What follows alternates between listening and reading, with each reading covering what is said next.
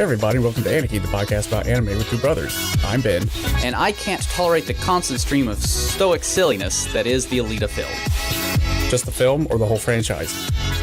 Well, I mean, one reviewer said that if you are a die-hard fan of the manga, that you wouldn't be able to tolerate the constant stream of stoic silliness of the film.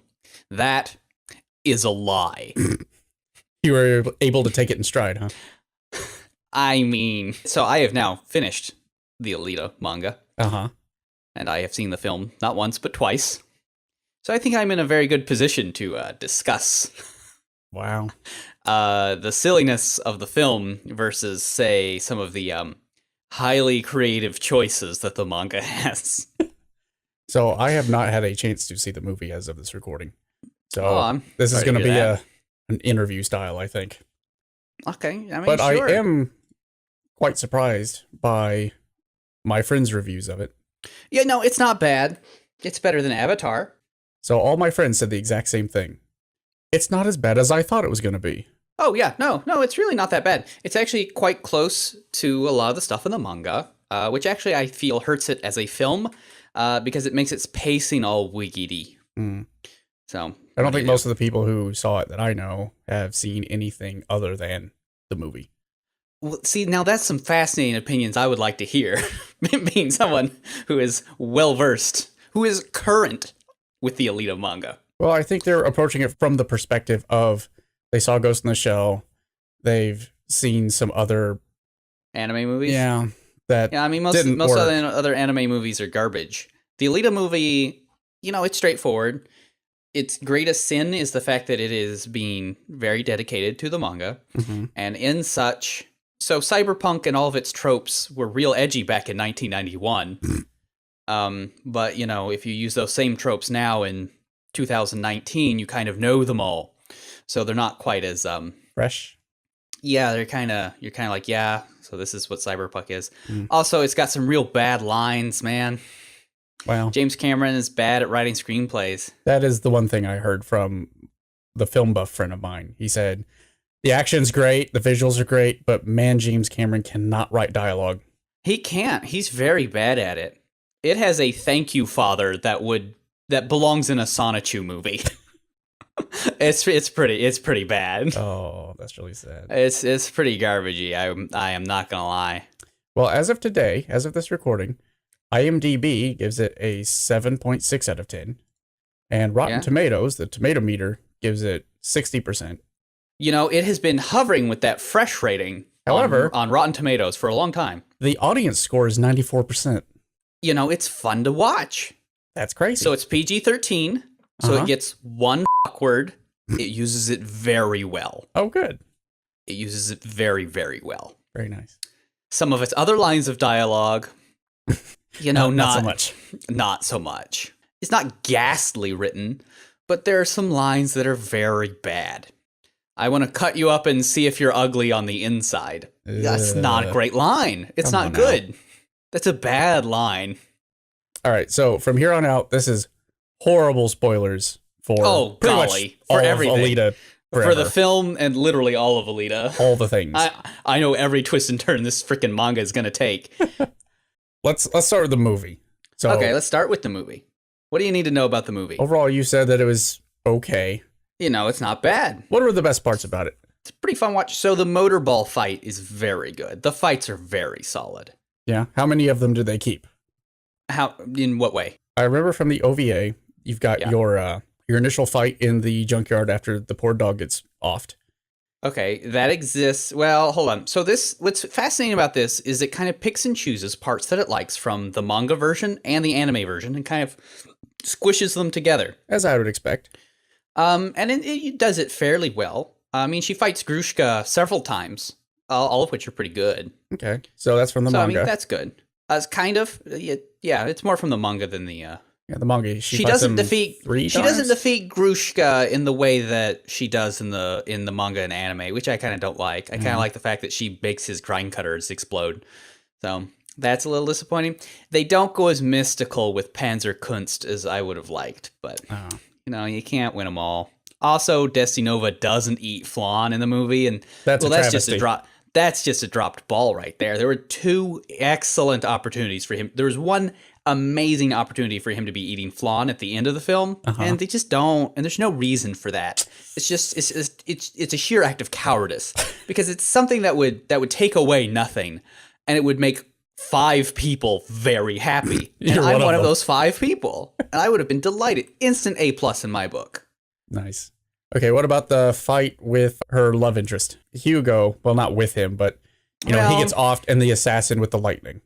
No lightning bolt. Okay, What? Now I was kind of upset about that. Now they do a lot of the stuff with Zapan and him, which is pretty good, but no lightning bolt. And I was severely disappointed in the lightning bolt part. They don't even keep the line where they kiss, and he says it's like kissing a battery, which again, that hurts me on a deep visceral level. Well, I can see why they could take that out if they're not going to do the lightning part. I know, but it's a good bit.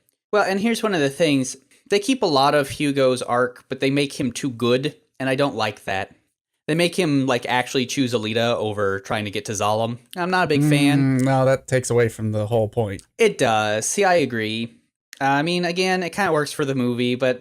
Well, they did try to do that in the anime, because in the manga, he was like corrupt from the get-go. Oh, yeah, he's in the anime, worse. he was like seduced. Yeah, and in this, they dumb him down even more. They make him a little more pure. But I don't, not a big fan of that. But it's not like garbage. Honestly, the biggest... So Chirin is in the film. Okay, yeah, you mentioned that. They do that some interesting thing with that. Yeah, so they do some interesting things with that. But the biggest crime, honestly, as we all know, everyone from Zalem, of course, has a microchip for a brain. Obviously, as everyone knows. I mean, come on. And, they do the whole thing where Vector sends her to Zalem by chopping her up and setting her bits up. And they show that she has a brain. And that's very upsetting to me. Ooh. But... okay, so they can fix this.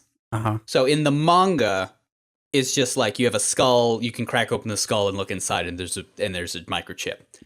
But I suppose you could have it where there's a squishy brain case, a brain-looking pillow around the microchip. I mean, that would make sense. So it might look like you still have a brain, but inside that brain is the microchip. So... you got a way to make it work in a headcanon-y sort of way, so pun I not can intended. live with it. Yeah, no, exactly. Pun not intended, but it should have been.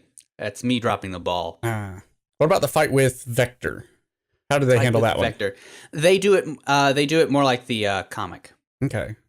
No. Sorry, they do it more like the anime, where Vector does die at the end of this. Okay. Spoilers. But who fights him? Because in the manga, Alita fights him, and in the anime, the Doctor fights him.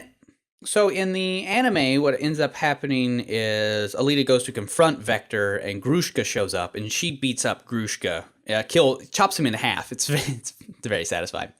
And then she talks to Vector, because in the movie, Vector and several others can be controlled remotely by Desti Nova. So, as I would expect. Well, it's a good way to get Desti Nova into the cinematic canon, which I was shocked that they brought in Desti Nova, so I was quite thrilled. I mean, it's not quite how the manga works, but I mean, any opportunity to have Desti Nova. How about Alita herself? Like, how did they handle her? In the manga, she realized that she had this bloodthirst inside of her, and she channeled it through being a bounty hunter.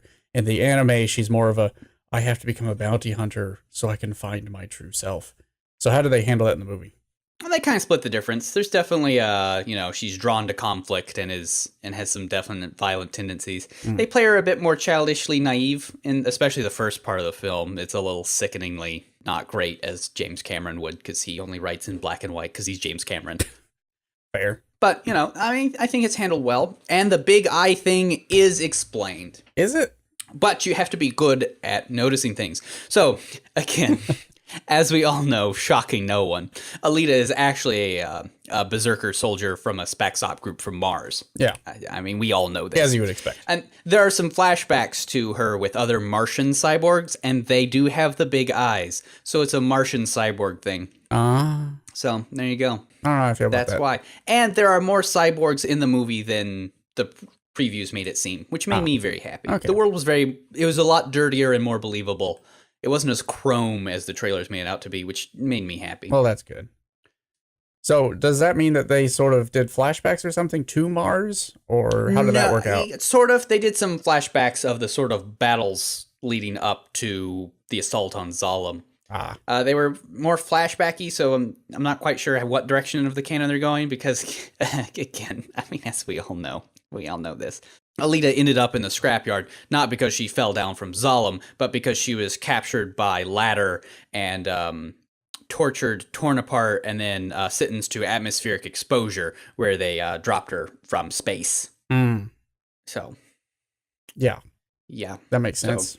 I don't know how they're going to handle that, because they're clearly shown assaulting Zalem from the ground, which is a little weird and dumb if they're from Mars, but that's neither here nor there. Not worth getting into. Sure. So. Hugo, then. Yeah, you mentioned some about him. How did his arc go, and then how did it end? It wasn't as good as the manga or the OVA.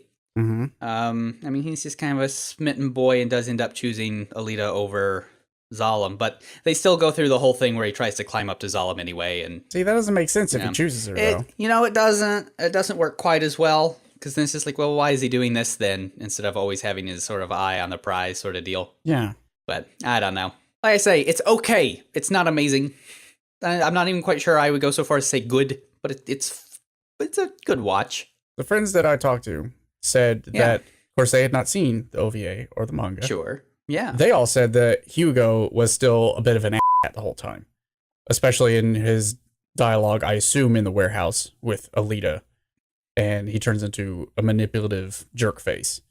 I mean, kind of. I don't think he's ever that bad in the movie. If he's that bad for people who have virgin eyes on this franchise, then if they go to the OVA and then to the manga, they're going to be in for a bit of a shock.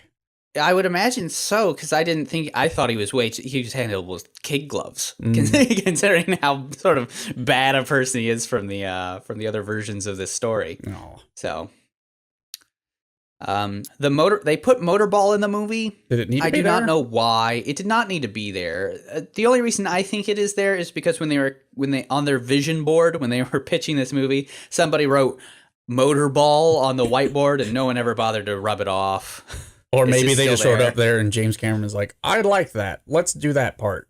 Yeah. I mean, first off, it does give you some of the best fight scenes in the entire film. Mm-hmm. Second, there's no need for it to be in the film at all. There's no need for Motorball to be in this movie whatsoever. I mean, just from your description of it, of course, I've read that part of the manga, but getting from the end of the OVA to that, it seems like the Motorball arc is more of a bridge arc between that, the OVA, and when she becomes a Zalem agent. Like, it's sort of there. It's a bridge. It's kind of a bridge. Well, it's actually more of a close to the first part of her story, because the first mega arc is basically Grushka to the end of the Motorball is really the first major arc, because even the manga takes like a 3-year time skip after the Motorball arc. Mm. I feel as though they should have just stuck to doing the first 2 arcs, Grushka and the spine stealing with Hugo, and just fished Motorball for movie 2, because then you could have a whole movie of Motorball fights. You could. I mean, you could. Come on. But now they've kind of wasted it, because they do a flash forward at the end of the film where she's already like ready to like be head champion of Motorball, and it's like, well, yeah, but the Motorball arc's really cool, so it's a little bit of wasted potential there. Do you think, in your hot take opinion... Oh, I don't have any hot takes on Alita anymore. I have let them. They have simmered. That they would do a sequel to this?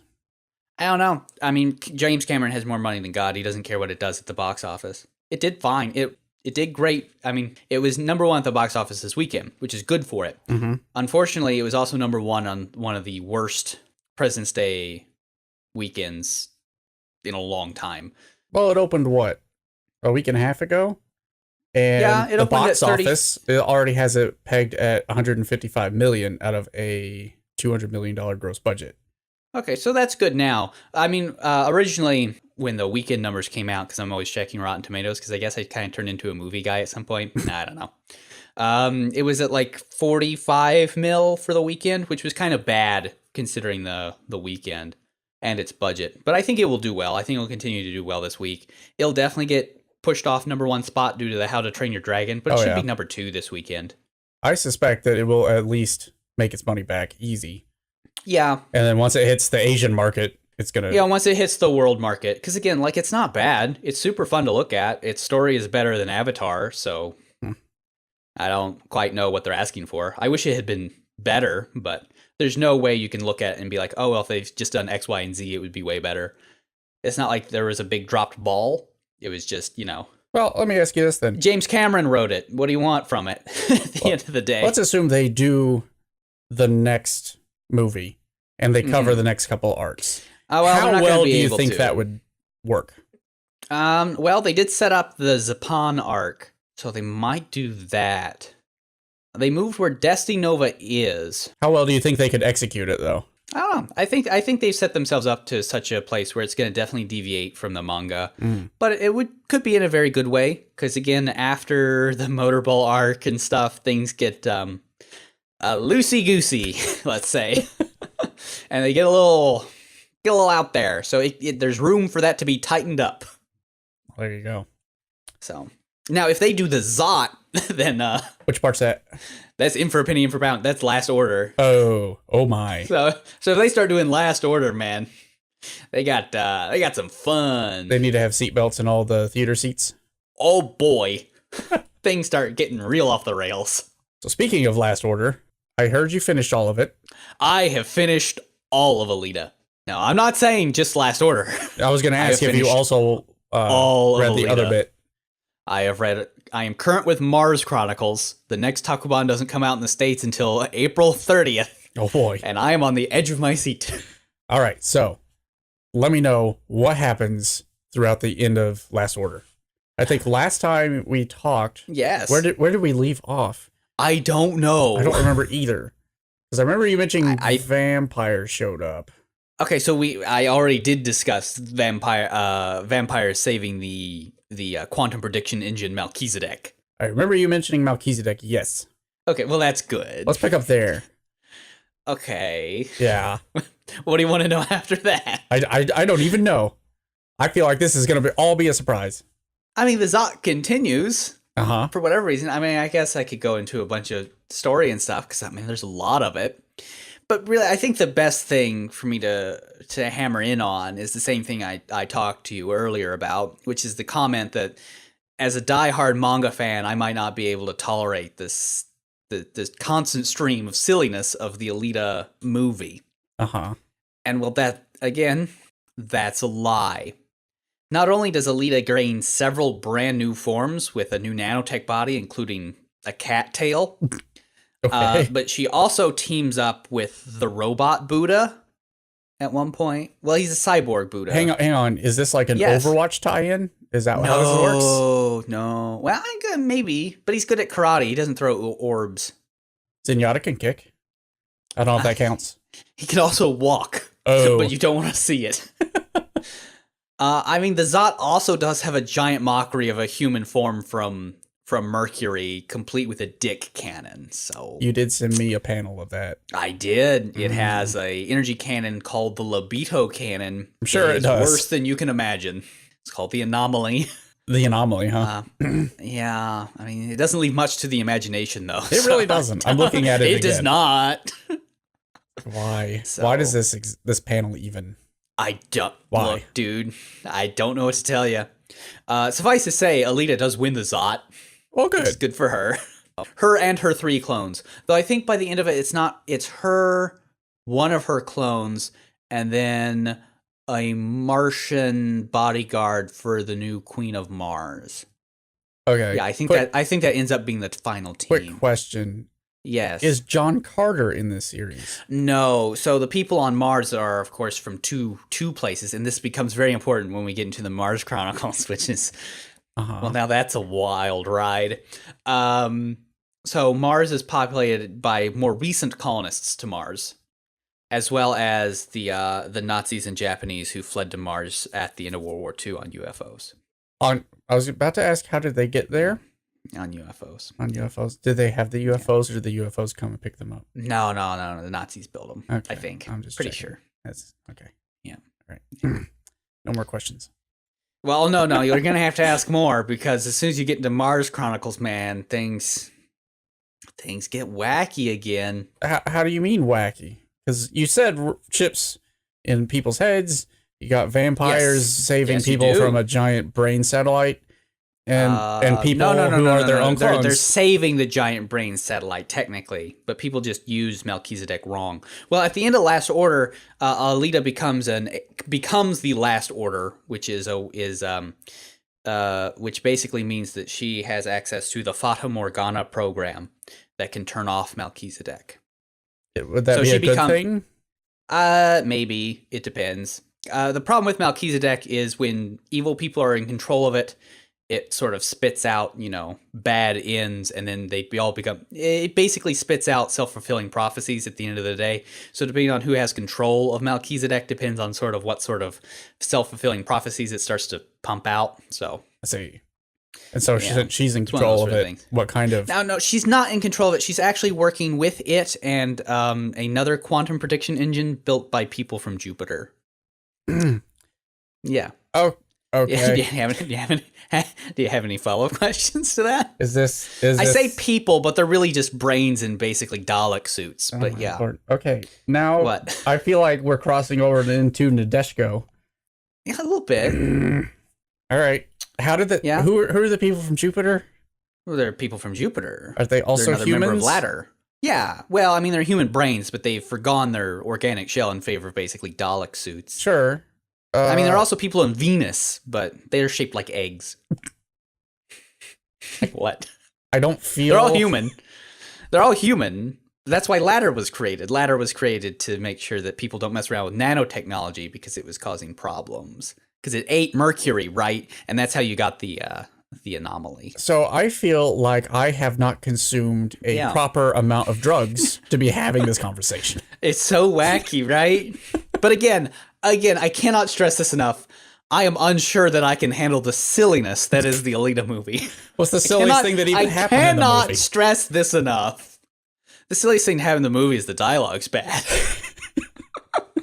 I cannot stress this enough that someone on the internet said that people who like the manga might find the movie too silly. And I'm here to tell you that no. If you are a diehard fan of this manga, or a diehard flan of this manga, I mean, there's very little that you would be able to find and be like, now that's just beyond the pale. Because, dude, it just keeps it up. Oh, goodness. And that's just Last Order, man. I feel like I want to ask what happens in Martian Chronicles. The only thing wackier than Alita that I know of is Modelland, and that's a whole other bag of worms. Is what? Modelland by Tyra Banks. I don't even know what that is. Okay, so imagine Harry Potter, but modeling. Okay, so I'm imagining Harry Potter. Yeah. But instead of wizards, they're models. Oh. Now take the weirdness factor past 11, past 13 to about 970, and you're about close to how weird Modelland is. I have to go look this up. You don't want to. Modelland. You don't want to. Wikipedia. This is going to end in crazy. Oh, it's a novel. Yes, you're going to regret everything you'll ever learn if you start reading 576 pages that Tyra Banks wrote. The initial draft was 1,000 pages, and knowing what's in the 500-page copy makes you really wonder what was cut. This is the first installment of a proposed trilogy. It never was, because it's cray-cray. Oh my goodness. But we're not worrying about Modelland. No, I don't want to think about this anymore. Let's get back to Alita, which is, let's talk about something that is sane and rational. Yes. Tell me about the vampires. Well, they're vampires. They're not on Mars, though. They're not on Mars. Well, she visits Mars, and then her ship blows up. But that's in Martian Chronicles. Not worth worrying about. Yeah, there's vampires. Well, really, there's only one left, as far as I know. Okay. But she could have just blown up in Martian Chronicles. But there are vampires. What is the story in Martian Chronicles? What is her backstory? Okay, so Martian Chronicles starts up her backstory, as well as has one volume so far that's actually a sequel to Last Order. Okay. So this talks about the origin of Alita. Now, if you thought that our previous origin of Alita was bananas. The previous origin that I know of is she was found in a trash dump. Yeah. Well, the previous one being that she was a Martian spec ops agent. Right. Okay. Sent to take out Melchizedek. Sure. And if you thought that was kind of out there and outlandish, well, I'm very sorry for you. Does it turn out that she has a more rich and fulfilling backstory? She's got it's rich. Please tell me. How rich is it? Okay, so she's been a cyborg since she was a little girl. This is known as we see it in a flashback in Last Order. Uh-huh. What you may not know is why she has been a cyborg since she was a young child. Do tell. Well, in order to explain that story, I actually have to back up a bit more. Okay. Okay, are you ready for this? Yeah. This is going to get wacky. All right. Okay, so Mars was originally colonized by Nazis, right? Gotcha. Yeah, I'm on the same page. Gotcha. And they, of course, like to do all sorts of crazy stuff, like make immortality potions. Sure. All right? Yeah. Sure. Why not? Now, later, a princess of Mars, a colonist who is of a royal lineage of Mars. This isn't like Deja Thoris or anything we're talking about here. That's disappointing, but go on. It is. I agree. Every story could use some Deja Thoris. Well, she decides to go and try and find this immortality potion, or at least the recipe for it, and she succeeds. But unfortunately, she is exposed to a ancient Nazi bioweapon. Okay. Do you want to guess what it does? No, I want you to guess what it does. Okay. Because I want to show you how wrong you are going to be, no matter what wacky thing you think it might do. Can you give me like a slight clue? I'm not going to give you a single hint because I want you to try and come up with the wackiest thing this bioweapon can do, because I want to tell you you're wrong and it's wackier than what you're about to come up with. Okay. It turns her into Jeff Goldblum. No, but I would love that. I was originally going to say that she turns into the Fly, but I was like, no, that's old hat. What if it turned her into Jeff Goldblum instead? Jeff Goldblum? Yeah. Oh, no, you're wrong. Okay. What it actually does is it makes every cell in your body into your face. So it basically gives you cancer, but all of your tumors are your own head. Yeah, it's called masktoma. Okay, now you may ask, how do we get Alita out of this? Yes, well, we literally get Alita out of this, as they excise one of the heads from the Martian princess, and that brain is put into a cybernetic shell, and that is Alita. I don't really have words for that. No, you can't, can you? Okay, so hang on. Let me back up and make sure I got this right. Oh, yes, go ahead. So, yeah, let's double check that you got this so deadly accurate. So, a woman of noble blood from Earth visits the Nazis on Mars. No, you're already wrong. No, the Nazis colonize Mars. Hundreds of years later, other people do too. Right. And one of the royal lineages of just people who have since colonized Mars. Okay, so she finds... She's looking for immortality in a potion. Yes.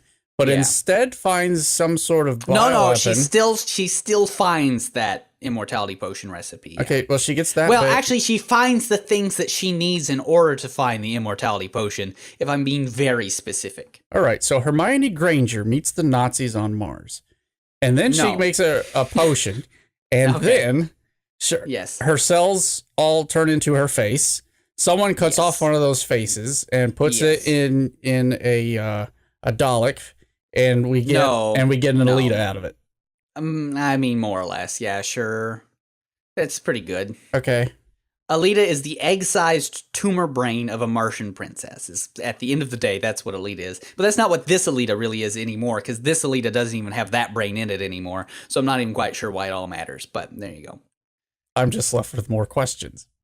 Sure. Hit me. Oh, Lord. I can answer them. Well, where'd her brain go then? Oh, well, didn't I tell you? Oh, I didn't, did I? Okay, well, it is discovered. I don't think we knew this last time we talked. That Alita in Last Order does not actually have an organic brain any longer.